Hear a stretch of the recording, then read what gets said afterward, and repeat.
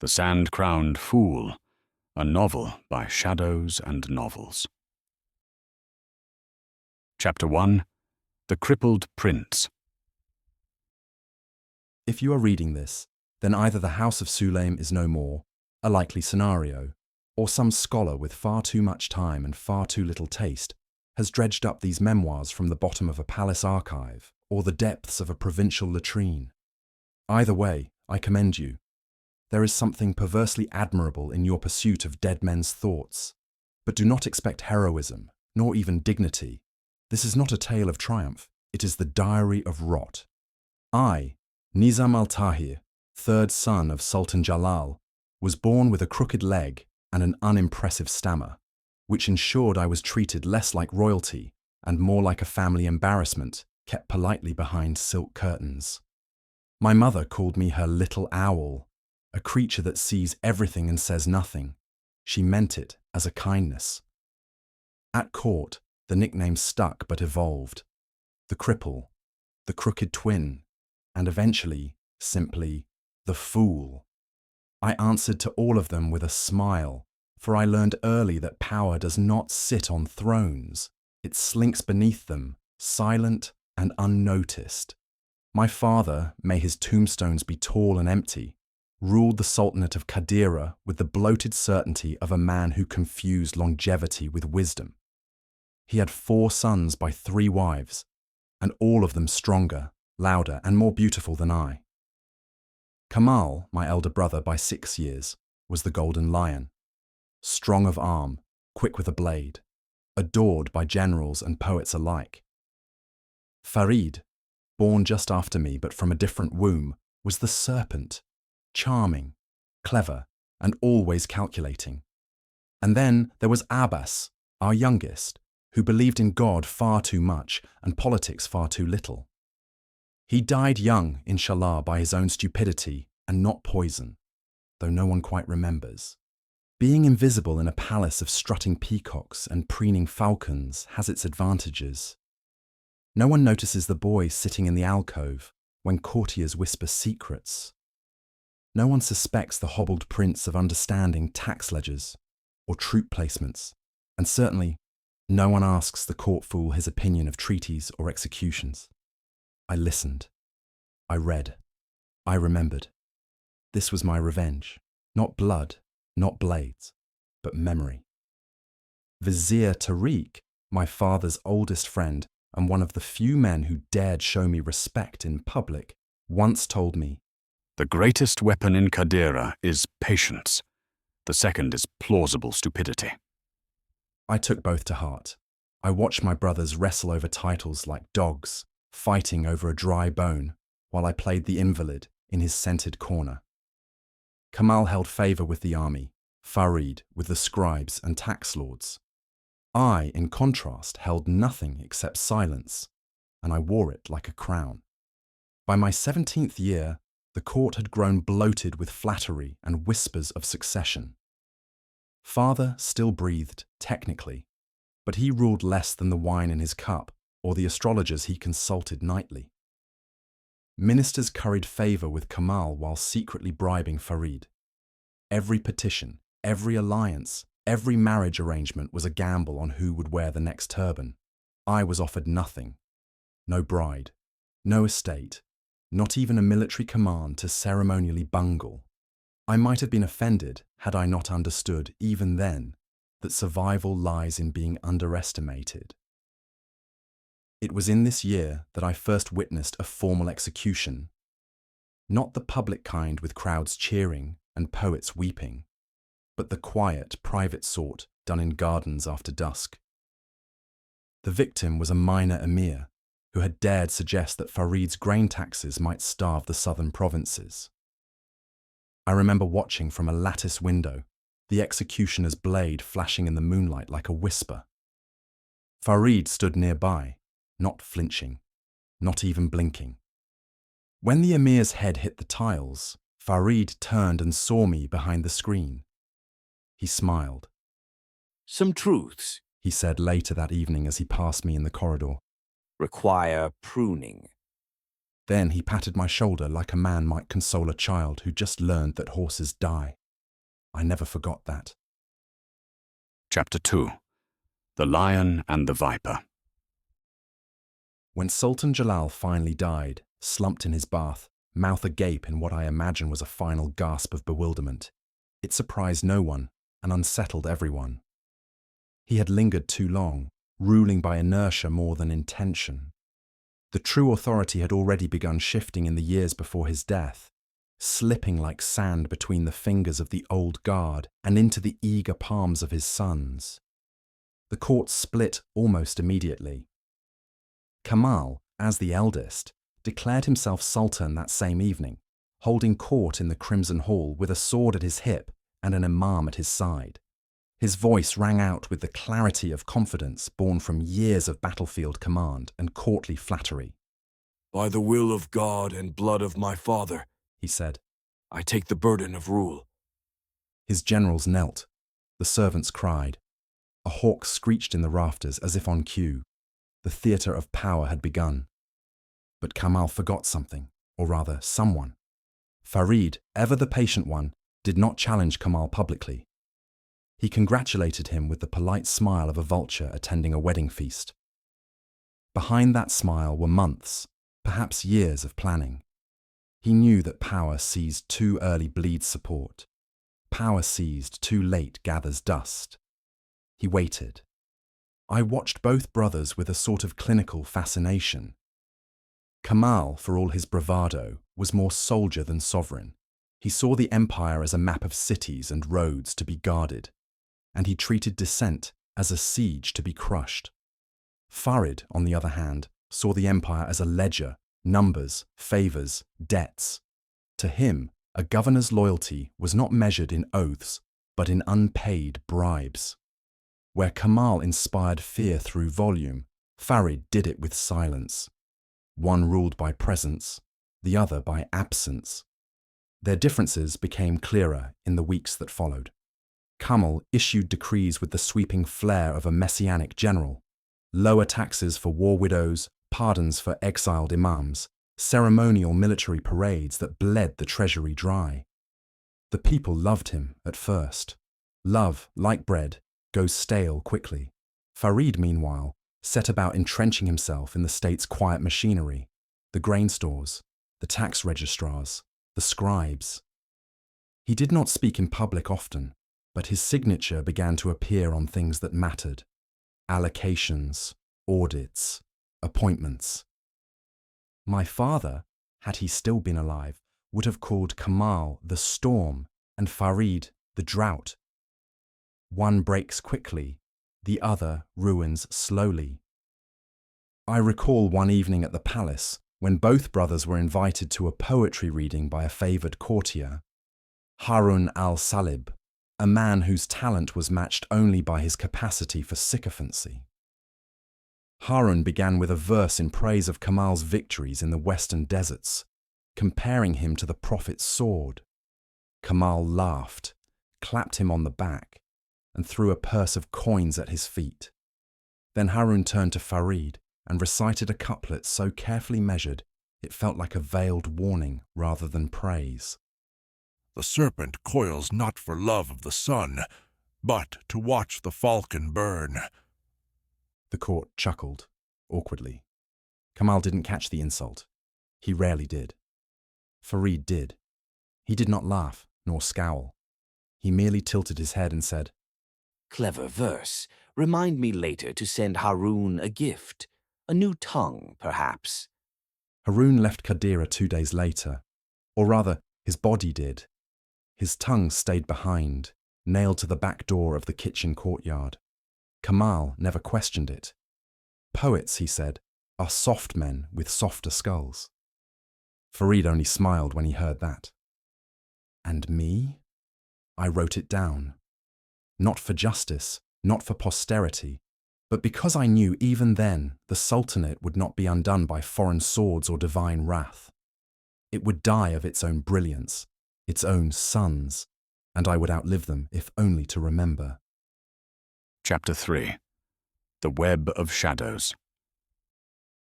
There are two ways to murder a prince in Qadira. The first is obvious: dagger, poison, a tumble down the wrong set of stairs. The second is more efficient: erase his name from ledgers, his allies from positions of power, and his image from memory. Death comes not with a blade, but with silence. Farid preferred the second method. Kamal, to his credit, suspected neither. The first tendrils of Farid's plot emerged in the most boring place imaginable, the accounting office of the Ministry of Salt. Salt, you see, was taxed separately from grain, due to a decree issued 3 generations earlier when the sea routes collapsed and brine became worth more than gold. No one paid attention to it, except apparently Farid. Quietly, he reassigned the official who managed salt reserves in the eastern provinces, replacing him with a distant cousin loyal to the House of Al-Zayed, a family Farid had once humiliated in public and now curiously embraced. I noticed the appointment only because the letter bore an unfamiliar seal, a minor thing, meaningless, unless you understood how provincial governors ate, drank, and killed each other over brine quotas. I began to see other anomalies. A general whose loyalty to Kamal had never been questioned was suddenly transferred to a remote garrison in the mountains for health reasons.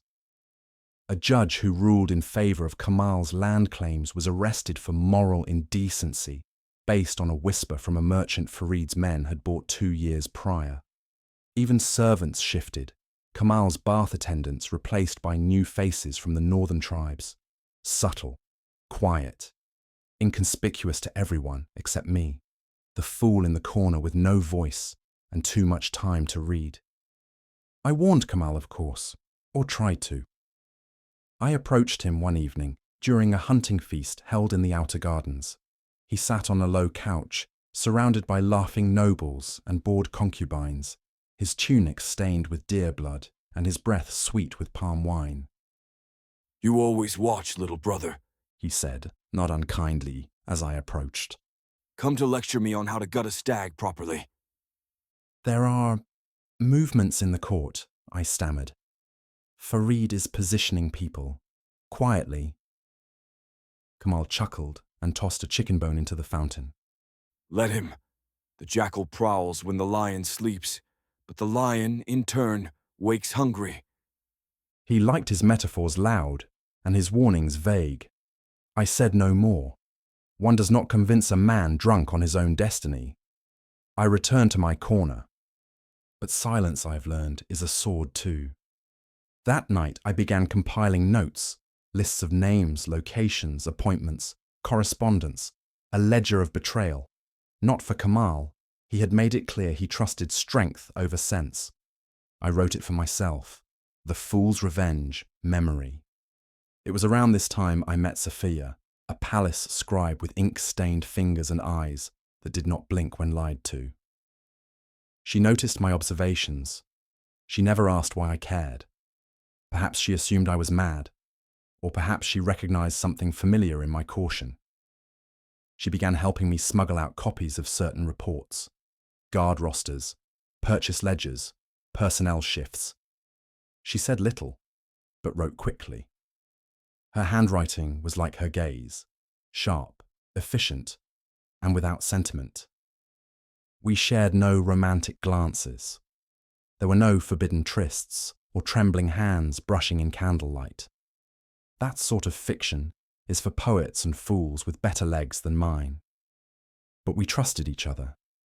And in Qadira, that was rarer than love. One document she gave me changed everything. It was a letter, unsigned but marked with Farid's seal, his private seal, the one he used only for personal correspondence. It instructed a commander in the south to quarantine a caravan of Kamal's supporters and to consider alternative transport options should the political climate shift. A euphemism, of course. In Qadira, alternative transport usually meant a shallow ditch and silence. I presented the letter to Vizier Tariq. He read it twice. His mouth twitched once, like a man resisting the urge to spit. Then he handed it back to me and said, I didn't see this. You did, I replied. I didn't. He said again. Then he leaned in close. Do you understand what seeing it means? What happens next? Yes. Then burn it. I didn't. I memorized it, then buried it beneath a loose floor tile in my chamber. Sophia copied it once more and sent it east to an ally of the House of Sulaim. Someone who owed me nothing, but hated Farid slightly more than he distrusted me. Insurance, I called it. 2 weeks later, the commander named in the letter was found hanging from a tree, stripped of his uniform and tongue. Kamal believed it a message from tribal raiders. Farid believed it was a betrayal from within. I believe it was Tariq, choosing to prune a branch before it caught fire. The palace began to feel colder. Faces that once greeted me with dismissive indifference now avoided eye contact altogether. Kamal's laughter, always booming and confident, became slightly forced. Farid's smile never changed, but his shadow grew longer. Even the guard seemed quieter, as though waiting for someone else's orders. I was still the fool, still the cripple. But now, when I hobbled into a room, people whispered. They were right to. Chapter 4. The Fall of the House of Sulaim. It began, as such endings do, with dinner. Not just any dinner, of course. A state banquet, ostensibly to honor the return of Kamal's war chief from subduing the border tribes in the Black Hills. But everyone at court understood the real reason. Kamal had learned that Farid was plotting against him, not from me or from the letter buried beneath my floor. No, Kamal had never trusted ink. It was a palace servant, a mute girl who stumbled upon one of Farid's private meetings in the Eastern Wing and was found the next morning with her throat slit and eyes removed. A final warning or a mistake. Either way, it woke Kamal. His reaction was predictable. He roared, he summoned generals, banged his fists against prayer bowls, and declared that he would not be ruled by shadows. Farid, summoned to the banquet, accepted the invitation with calm grace. He even asked what wine would be served. It was a trap, of course, but whose? The House of Sulaim was loyal to Kamal, a proud family of desert lords. They had backed his claim from the beginning, offering horses and swords when no other noble house would. They had survived famine, revolution, and 2 palace fires. But they would not survive this dinner. I remember how they entered the Crimson Hall that evening, draped in red and silver, their matriarch Lady Maysar walking proudly beside her 3 sons. They were the first to arrive and the last to leave. Farid came alone. He wore white, no jewelry, no sword. His face was composed, almost bored. He greeted Kamal with the warmth of a winter funeral, and Kamal embraced him like a viper trying to strangle itself. I sat at the far end of the room, next to a column, and beneath a poorly tuned musician plucking at an oud. The room buzzed with tension. Wine flowed. Food was untouched. Kamal rose. He raised a goblet. My brother Farid, He said, his voice echoing off the marble. He has returned from his long meditation in the bowels of the bureaucracy. We are grateful he could join us here, in the light, among men. Polite laughter. Farid smiled and inclined his head. I find the light overexposes majesty. One sees too much. Every crack in the wall, every line on a liar's face. I coughed loudly enough to cover my involuntary grunt. Kamal said nothing. The first course was served, spiced lamb. Lady Maisa complimented the seasoning. Farid replied, I find it bitter. The second course arrived, figs stuffed with pistachios. Farid ate only one, slowly. I could feel it happening. The temperature of the room changed. Eyes shifted. Everyone felt it. The blood in the water. Kamal reached beneath his robe. A subtle move, but I saw it. He touched the hilt of his dagger. Then he spoke. I have been told, he said. That there are whispers in the palace, whispers of treason, of ambition without loyalty. Farid took a sip of wine. Whispers are air, brother.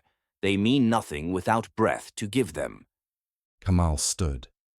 Then breathe, Farid. Defend yourself. Farid looked at him, really looked.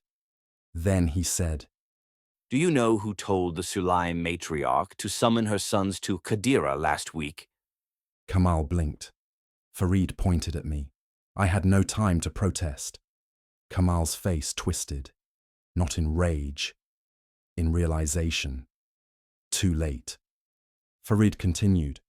He told her there was a plot against the house, that her sons were in danger, and so they came. He turned to Lady Mesa. You were played, old mother. Your loyalty has never been in doubt, only your usefulness. The doors burst open. Guards poured in.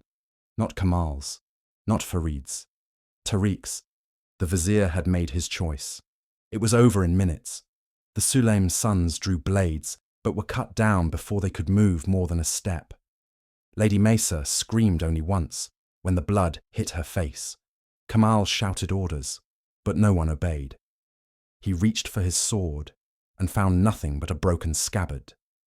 Farid never moved. He watched the slaughter unfold with the detached serenity of a physician diagnosing an infection. When the room fell silent, Tariq approached Kamal. You are no longer safe here, Majesty, he said. Come. And Kamal, broken and dazed, followed him out like a sleepwalker led to prayer. Farid turned to me. You move pieces well, he said. but sometimes you forget which board you're on. I asked, was this your plan? He shrugged. I merely ensured the Sulaim would walk into the lion's mouth. The lion, as always, did the rest. I should have left Qadira that night, but I didn't. I buried the names of the Sulaim boys in my ledger. I helped Safiya clean blood from the records. And I wrote, like always, they say the House of Sulaim died with honor. That is a lie. They died betrayed, framed, and used. But they died remembered. In Qadira, that is the closest thing to justice one can expect. Chapter 5. The Last Sanctuary. The morning after the massacre, the Crimson Hall still smelled of iron and saffron. Courtiers returned to work in quiet waves, stepping over faded bloodstains, as if they were nothing more than spilled wine. No one mentioned the House of Sulaim. It was as though they had never existed. That is how power works in Qadira. Violence is loud, but forgetting is louder. Kamal did not emerge from his quarters for 3 days. He was not hiding. Not exactly. He was brooding, bleeding internally, in the only way he knew how. In silence, behind thick walls, surrounded by loyal guards, who now served a throne instead of a man. I was summoned to him on the 4th morning. When I entered, I barely recognized him. He wore no crown, no rings, just a plain tunic, rumpled and stained with oil from sleepless fingers. His eyes, always sharp, were rimmed with red. There was a tremble in his voice, and not from weakness. He was afraid. You warned me, He said. I did. and I ignored you. You did. He exhaled through his nose. They say I've lost the favor of the gods. I limped closer. They say that about every ruler who bleeds. He smiled at that, not warmly, grimly, like a man laughing at his own funeral. Kamal had lost more than just a family of allies. He had lost control of the narrative. The whispers now belonged to Farid. Stories were already circulating that the Sulaim had plotted against the crown, that Kamal's decisive action had prevented civil war, that Farid's brilliance had exposed the traitors. It was a fiction, of course, but it had rhythm. People love rhythm more than truth. I told Kamal as much. I know, He said. but I cannot kill him. Not yet. The palace still thinks he saved me. The army still calls him the guardian of the throne. If I strike now, I look weak. Then you are weak, I said.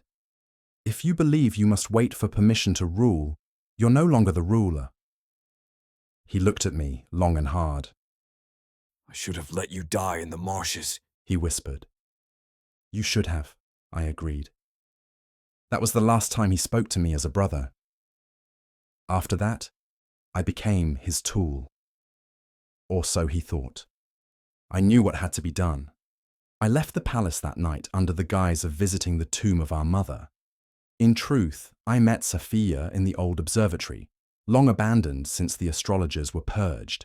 She had intercepted a message Farid sent to the northern provinces, encrypted in a merchant manifest. The language was careful, but I read it for what it was. Farid was preparing to install a proxy prince. Not a coup, a coronation. His plan was elegant. Kamal would abdicate for health. A new prince, one with a clean reputation and a manufactured origin story, would take his place. Farid would remain vizier, of course, until the new prince comes of age.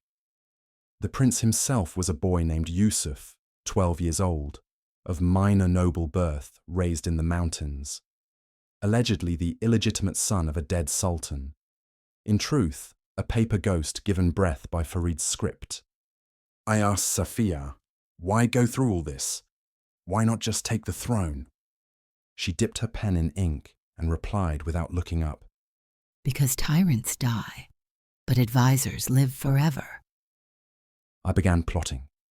The palace was no longer safe. Neither was Kamal. The only sanctuary left was the southern port of Karban, where remnants of the Sulaim loyalists had gone underground. Smugglers, old soldiers, and deserters with grudges. I needed to reach them. But I couldn't do it alone. I turned to the one man I had never trusted, and who had never trusted me, Vizier Tariq. He received me at dusk. I found him in his garden, pruning pomegranate trees with the precision of a surgeon. He did not look up when I entered. I thought you were dead. He said. Not yet. You should be. You play too many games, Nizam. I play the only one left. He cut a branch. Red juice ran down his glove. What do you want? I want to stop Farid, not for Kamal, for Qadira. He raised an eyebrow. I continued. He will hollow the kingdom out from within, install a puppet, rule from the shadows. He is not a tyrant. He is something worse. A careful man with no soul. And what are you? Desperate. He seemed to like that. Or maybe he simply saw no better option. He agreed to help, on one condition. If this fails, He said, you take the fall.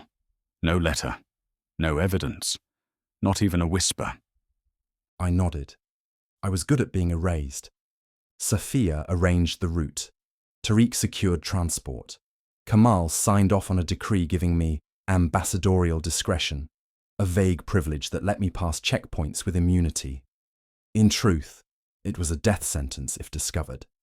I left Qadira with nothing but a walking stick, a forged letter, and a plan to convince ghosts to rise. Chapter 6. The Ghost Prince.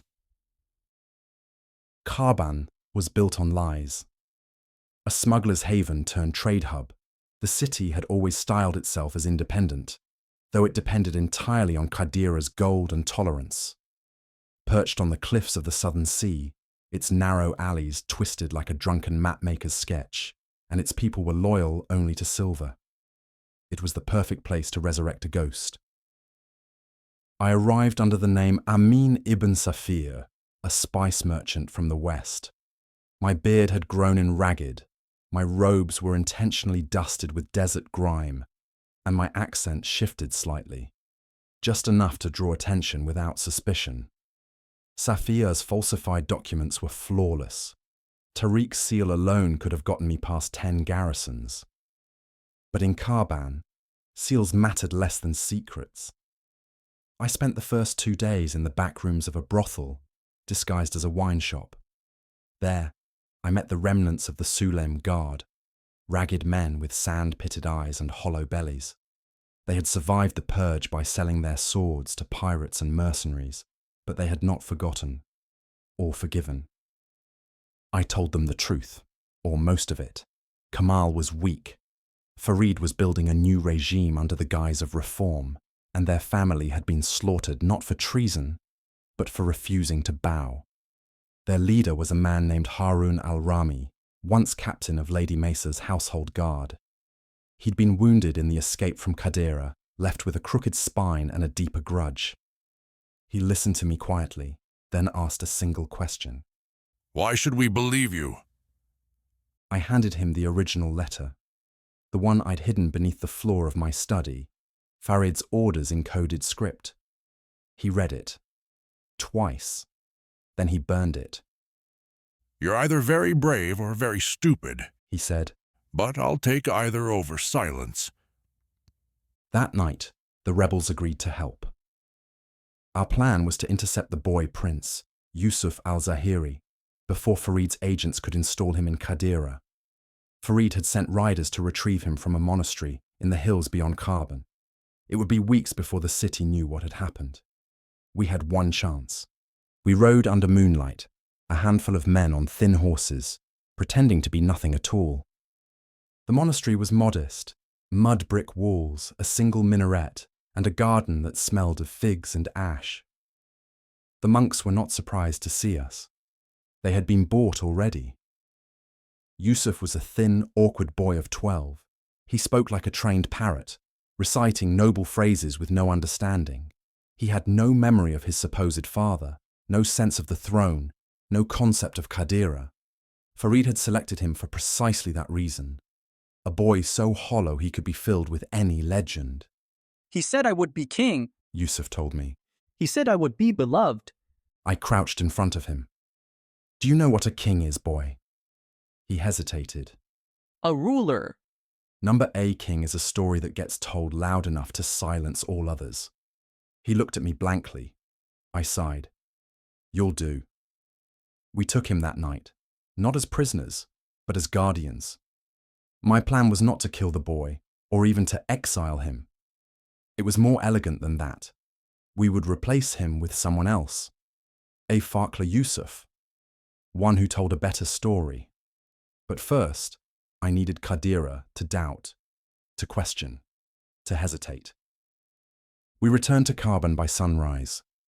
Safiya met us at the port, having already planted the first rumours in the merchant guilds. A prince gone missing, a monk found dead, riders on the southern road intercepted. It would reach the palace within days. Meanwhile, I prepared Yusuf for his role, not as a ruler, but as a symbol. I taught him lines to recite, taught him when to bow and when to cry. His tears were convincing. His resolve was not. But no one would care. People don't follow strength. They follow certainty. And I would give them that. Then, unexpectedly, we received a visitor. He arrived under no banner, escorted by only 2 guards. His robes were plain, his face covered. But I recognized him by the way he walked, one leg dragging slightly, the result of an old wound. It was Kamal. I met him at the docks, in the salt wind, beneath a bleeding sky. You shouldn't be here, I said. He looked past me, toward the ship I was preparing. Neither should you. You're being watched. He nodded. By everyone. Then why come? He stepped closer. Because I know what Farid is doing. I see the strings now. And I would rather burn the palace than watch it dance. It was the first honest thing he had said to me in years. He didn't stay long. He gave me a list of loyal officers still embedded in the northern garrisons, men who would follow a call to arms if it came not from the throne, but from truth. I promised him I would send that call soon. As he turned to leave, I asked, "What if this fails?" He paused. Then let them write songs about how it almost worked. Chapter 7. The Return to Qadira. The road back to Qadira was a mirror to the one I'd taken months before, dry, unforgiving, and haunted by whispers. News of the missing prince had spread like wildfire. Farid's network scrambled, but the cracks in his carefully constructed facade were already showing. In the markets, the taverns, even the palace servants' quarters, rumours spilled from lips like poison. I rode with Yusuf beside me, the boy clinging to his role, but visibly shaken by the weight it demanded. He was no king, never meant to be. Yet the kingdom's fate rested on his silent shoulders, and on my skill to make a shadow of truth bleed into daylight. Returning was like walking through a court of masks, all smiles hiding daggers. Farid's influence was undeniable. The vizier wore power like armour, but it was thin and brittle beneath. His eyes tracked every stranger, every whisper, every glance. I summoned Harun and the loyalists to a hidden cellar beneath an abandoned caravanserai. The men were ragged, but resolute. "This is our moment," I told them, "not to claim the throne, but to wrestle it back from the hands of puppeteers." Plans were laid with cold precision. Letters forged, alliances rekindled in shadow, and betrayal promised as the currency of survival. But power is a jealous beast, and no one surrenders it lightly. Farid moved first. One night, as the city slept under a fragile moon, his assassins came. They were skilled and silent, slipping through the dark like vipers. The cellar echoed with the clash of steel and cries. We lost some that night, but not the fight. Word reached Kamal, hiding in the palace's forgotten chambers. He emerged, no longer the broken king, but a man reshaped by loss and fire. His voice carried through the marble halls as he rallied his remaining loyalists. Qadira will not fall to shadows. The battle was not just of swords, but of minds and hearts. Courtiers turned double agents, promises whispered in corridors, and loyalties tested like steel in fire. In the end, it was not the boy prince's presence, nor the strength of armies, but the sway of truth that tipped the scales. The people wanted hope, not puppets. And with each secret I revealed, Farid's house crumbled. But victory came with a price. Kamal's health waned, the ghosts of his past catching him like a tide. Harun fell in the last skirmish, a bullet finding the curve of his spine. Yusuf, once so fragile, stood silent in the court, his innocence shattered but his role fulfilled. As for me, Nizam, the kingdom's history would write me as a shadow, a whisper, a necessary evil, the man who bent truth so that power might not destroy itself entirely. In Qadira, power was never given. It was taken. And sometimes the greatest power was knowing when to take it and when to let it go. Chapter 8. The Weight of Shadows. The court never truly slept. Even after the fighting stopped, the tension hung heavy in the halls like a smog that no breeze could clear. Kamal's body was frail now, his once commanding voice reduced to a rasp that barely carried beyond the chamber walls. The palace servants whispered that the king was dying, and in a way, he was, not just in body, but in spirit. Yusuf sat on the throne, the boy they had shaped into a symbol of renewal, but his eyes betrayed him. They were too old, too tired for a child so young. He knew the throne was a cage, gilded and cold. And yet, he dared not look away from the court's sharp gaze. Farid's supporters had not vanished. They lurked like vipers in the corners, waiting for a misstep, a crack in the fragile peace. Power had shifted, yes, but it never truly changed hands. It hid behind facades, traded favors, and whispered poison. I found myself walking a razor's edge. The people saw me as a savior, or perhaps just a necessary villain. To Kamal, I was once a brother. Now, I was the man who carried out the dirty work. Loyalty and betrayal were no longer separate. They were threads in the same tangled web. One night, as the moon carved silver shadows across the marble floors, Yusuf summoned me to his chambers. The boy king's voice was barely above a whisper. Tell me, Nizam, do you believe I can be the ruler this kingdom needs?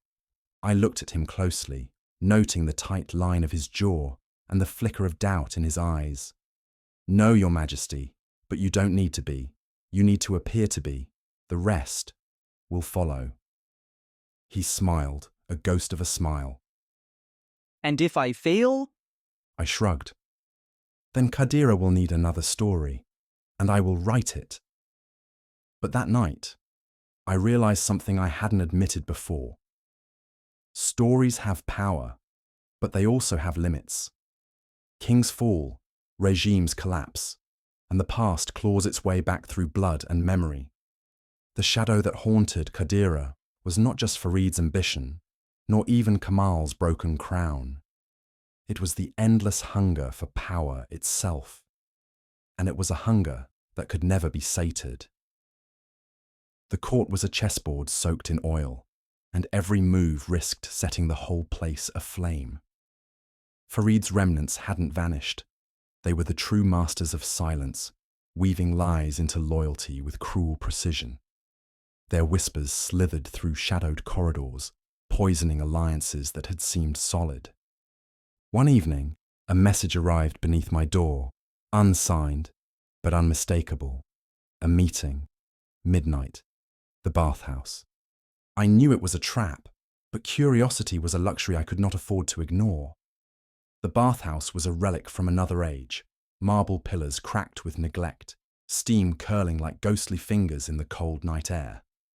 There, I found Layla, the mistress of the palace scribe, and a woman whose loyalty was as unpredictable as the desert wind. Her eyes held secrets.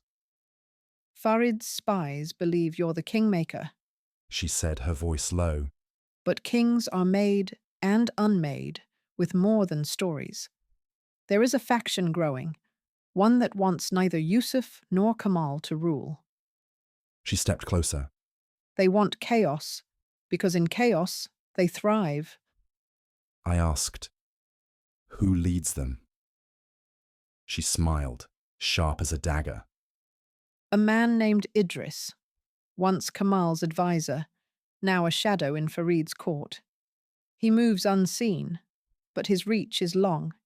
He's waiting for the right moment to strike. The trap snapped shut faster than I could breathe. As I left, guards surged from the steam, weapons drawn. Layla vanished like smoke. I escaped by the skin of my teeth. But the warning was clear. I was no longer the only player in this deadly game. Back in the council chamber, I warned Kamal and Harun. The old king's face was a mask of grim resignation. Idris will bring ruin if he is not stopped, Kamal said.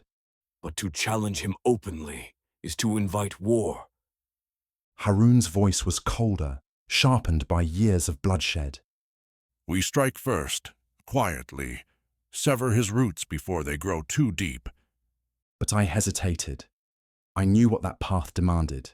Betrayal, deception, and a sacrifice none of us wanted to name.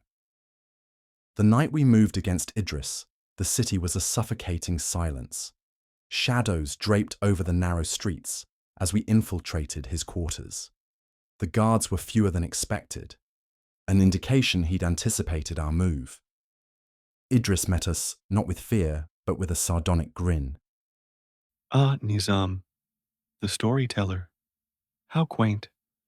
But stories do not save men from the blade. Harun lunged, but Idris was faster. A flash of steel, a sudden spray of blood. Harun fell, clutching his side, eyes blazing with betrayal.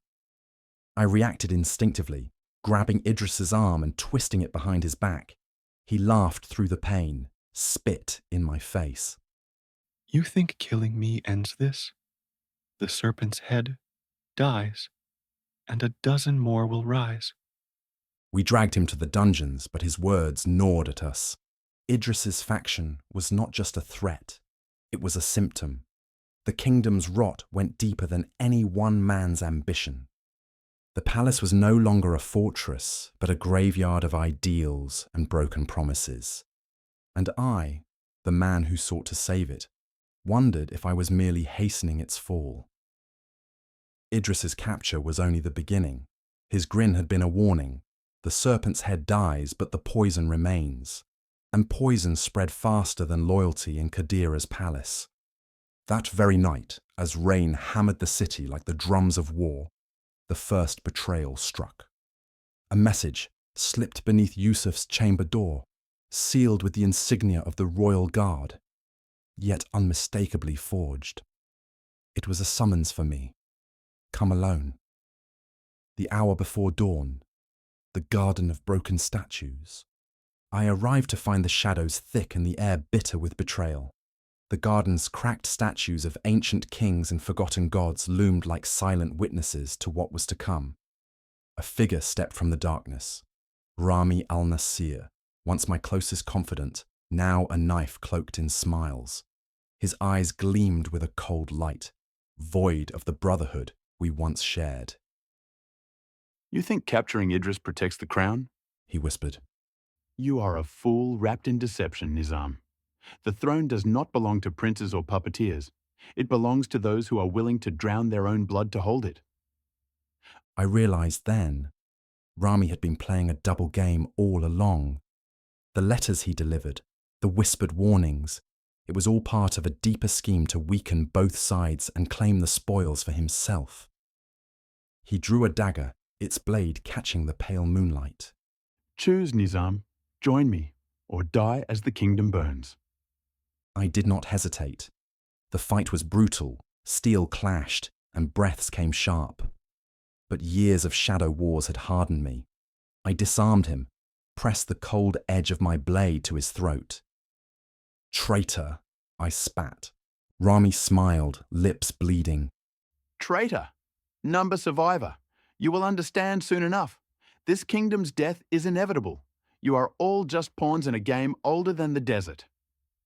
Before I could respond, a distant scream shattered the night. The palace was under attack. Farid's loyalists, emboldened by the chaos, had unleashed a sudden assault. The gates were breached. Flames licked the sky. The city's fragile peace exploded into carnage.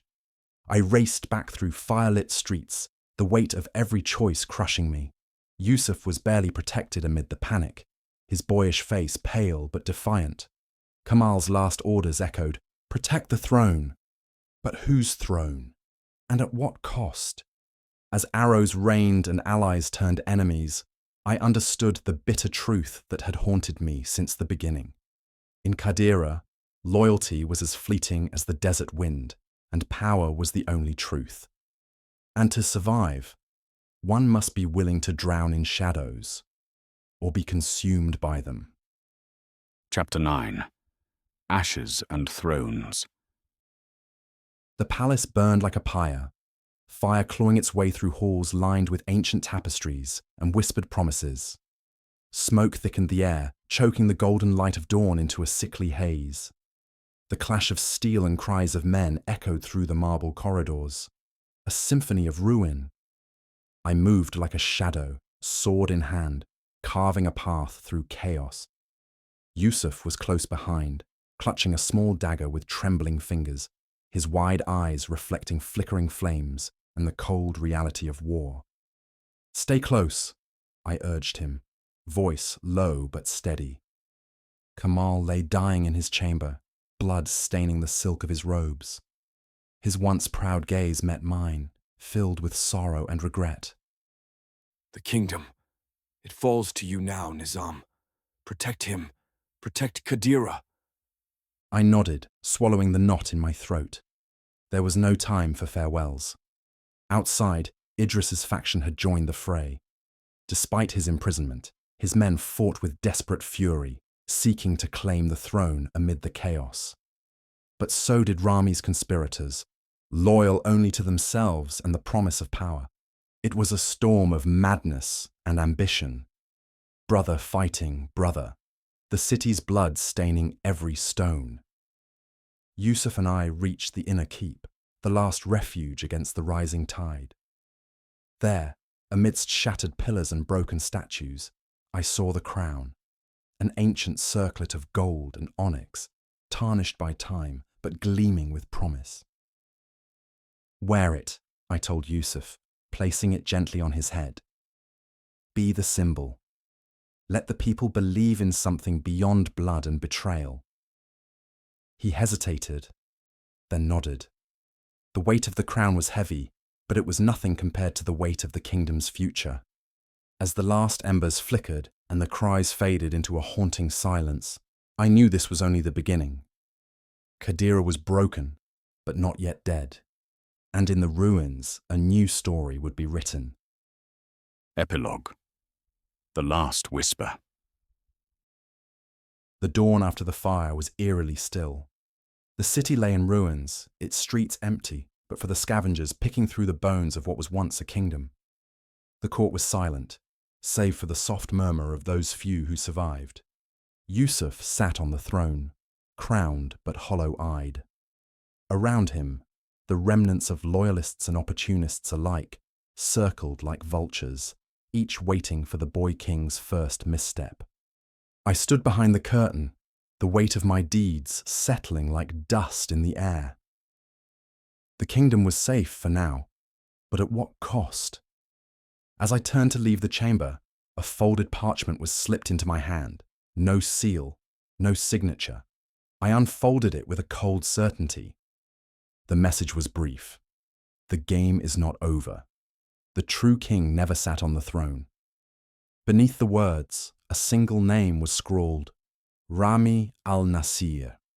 I looked out the window at the rising sun, its light casting long shadows over Qadira's broken streets. Power, I realized, was less a crown to wear and more a poison to carry.